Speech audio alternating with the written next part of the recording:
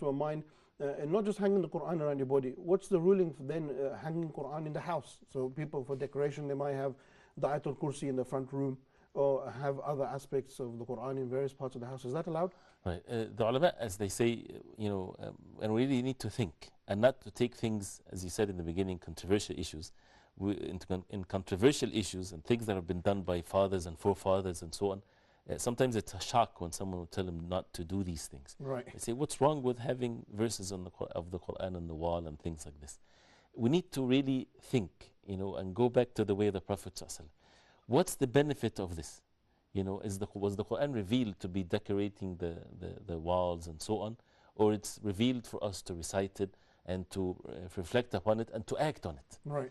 So if a person has a verse of the Quran on the wall to remember, right, he gets a remembrance from this. When he walks into the room, he reads the ayah, and then it gives him more reflection or things like this. MashaAllah, this is good.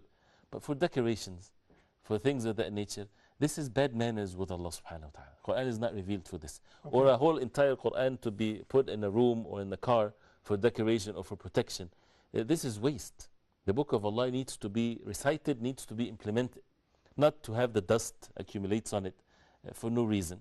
And if a person seeks protection and help, read the Quran yourself. That's the means of protection. Read Ayatul Kursi if you don't want to read the whole entire Quran. If you recite Ayatul Kursi, that protects you from all evil by the will of Allah subhanahu wa ta'ala. Reciting the Quran itself is means of protection.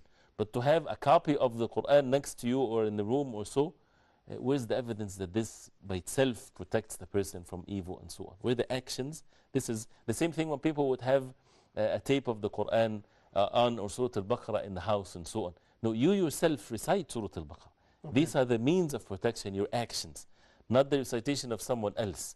But if a person is not able to recite, no harm, for these things to happen, but without, making or taking the steps to have physical actions of worship, so that the person is protected for real by the will of Allah subhanahu wa ta'ala. Okay. And also